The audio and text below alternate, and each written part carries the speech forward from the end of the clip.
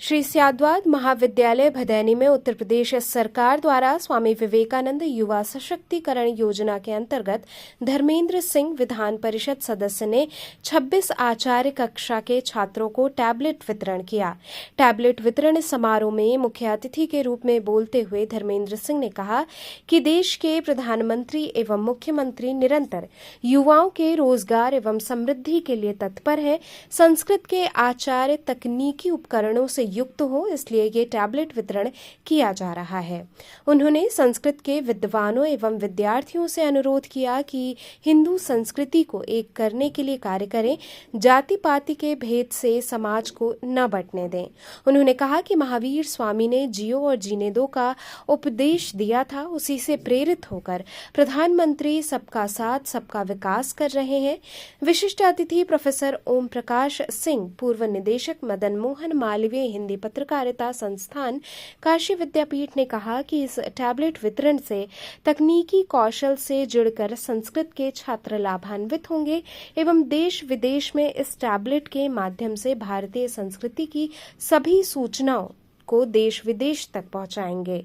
Online उपलब्ध दुनिया के विभिन्न भागों की सूचनाओं से अवगत होंगे। सरकार का ये कदम सराहनीय है। कार्यक्रम की अध्यक्षता दीपक जैन ने की। इस अवसर पर मुख्य रूप से प्रोफेसर अशोक कुमार जैन, डॉक्टर पवन शुक्ला, प्राचार्य शास्त्रार्थ महाविद्यालय, डॉक्टर पंकज पुरोहित, डॉक्टर निर्मल जैन, प्रमिला सामरिया, विजय जैन, गोयनका संस्कृत महाविद्यालय के आचार्यों के साथ अनेक महाविद्यालय के आचार्यगण उपस्थित हुए।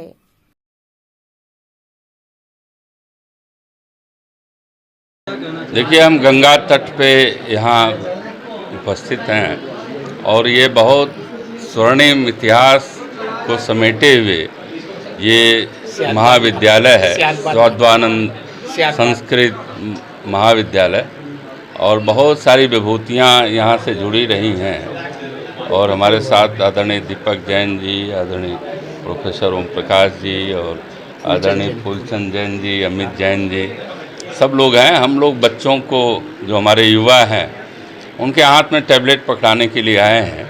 हमारे केंद्र की सरकार, जिसका नेतृत्व हमारे काशी के सांसद और देश के यशस्वी प्रधानमंत्री आदरणीय नरेंद्र मोदी जी कर रहे हैं, और उत्तर प्रदेश के यशस्वी मुख्यमंत्री पूज्य योगी आदित्यनाथ जी, वो चाहते हैं कि हमारे युवा, जब श्रद्धेय अटल जी ने ये नारा दिया था, जय जवान, जय किसान और जय विज्ञान, तो विज्ञान, आधुनिक तकनीक, डिजिटल माध्यम एक साधन, कि हम युवा पीढ़ी को हाथ में एक साधन दें कि वो और बेहतर पढ़ाई करके ज्ञान अर्जित करें, विज्ञान अर्जित करें और देश की तरक्की में अपनी भागीदारी सुनिश्चित करें। एक बहुत बड़ी योजना है।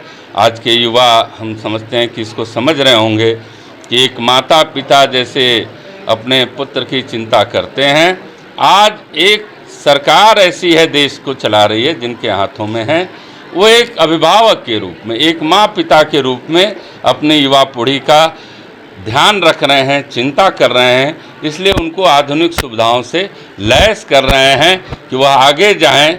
देश का जो 2047 संकल्प लिया आदरणीय प्रधानमंत्री जी ने, विकसित भारत का 2047 का जो संकल्प है, उस दिशा में एक एक व्यक्ति कैसे सहयोग कर सकता है, कैसे अपनी भूमिका निभा सकता है, इस दिशा में लगातार काम हो रहे हैं। मैं बधाई देना चाहता हूं अपने केंद्र की सरकार को और उत्तर प्रदेश की सरकार को, जो युवाओं के भविष्य को लेकर के चिंतित है और उनको तरक्की के रास्ते पर बढ़ने का एक साधन उपलब्ध करा रही है। ये एक बहुत महत्वपूर्ण कार्यक्रम हो रहा है।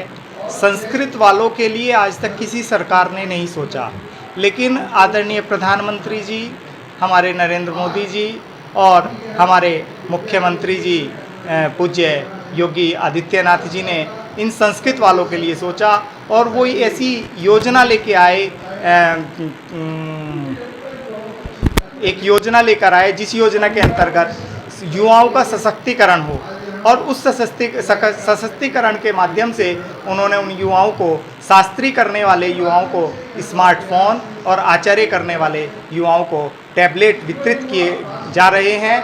हमारे यहाँ से 26 विद्यार्थियों को आज टैबलेट वितरित किए जा रहे हैं। पूर्व में 7 विद्यार्थियों को मोबाइल फ़ोन भी शास्त्री वालों को वितरित किए गए थे और ऐसी ही ये योजना चल रही है ताकि इस टेक्नोलॉजी से जुड़ के जो गांव के दूर दराज से विद्यार्थी आते हैं, संस्कृत वालों को सोचते थे ये तो पंडित हैं, ये क्या करेंगे वो करेंगे, लेकिन इस विद्यालय के आज मैं आपको कहना चाहूँगा कि आज मैं विद्यार्थियों से पूछ रहा था कि आप निकले हैं 26 विद्यार्थी, कितने विद्यार्थी सर्विस में पहुंच गए? तो विद्यार्थियों ने बताया 4 विद्यार्थी सरकारी सर्विस में पहुंच गए हैं, 5 विद्यार्थी अन्य स्थानों पर प्राइवेट कॉलेजों में पढ़ा रहे हैं। प्राइवेट कॉलेज में भी 30-35 हज़ार रुपये उनको मिल रहे हैं और बाकी विद्यार्थी कोई अनुष्ठान में तो 70-80 हज़ार रुपये कमा रहे हैं और कुछ बिजनेस में चले गए। 1 या 2 विद्यार्थी जिन्होंने बताया कि हम बेरोजगार हैं। हमारे यहाँ के पढ़े हुए सभी विद्यार्थी रोजगार हैं। मैं पूरे देश से कहना चाहूँगा कि आप संस्कृत पढ़िए, भारतीय प्राच्य विद्या को पढ़िए। प्राच्य विद्या का इतना अच्छा स्कोप है और हम तो इस विद्यालय में कंप्यूटर लैब है, इंग्लिश में बच्चों को पढ़ना सिखाते हैं, इंग्लिश बोलना सिखाते हैं, संस्कृत सिखाते हैं, प्राकृत सिखाते हैं। ऐसी प्राच्य विद्या को सीख के विदेशों में इतना स्कोप है इस चीज़ का। हमारे पास फ़ोन आते रहते हैं कि अच्छे स्कॉलर दो आप, और हम दे नहीं पाते इतने ज़्यादा अच्छे। डॉक्टर साहब, वर्तमान की जो सरकार है ये गुरुकुल कल्चर को प्रमोट कर रही है, क्या लगता है गुरुकुल कल्चर सर हम लोगों के लिए? अरे संस्कृत है तो संस्कृति है और भारत की जो संस्कृति है वो तो गुरुकुल ही है।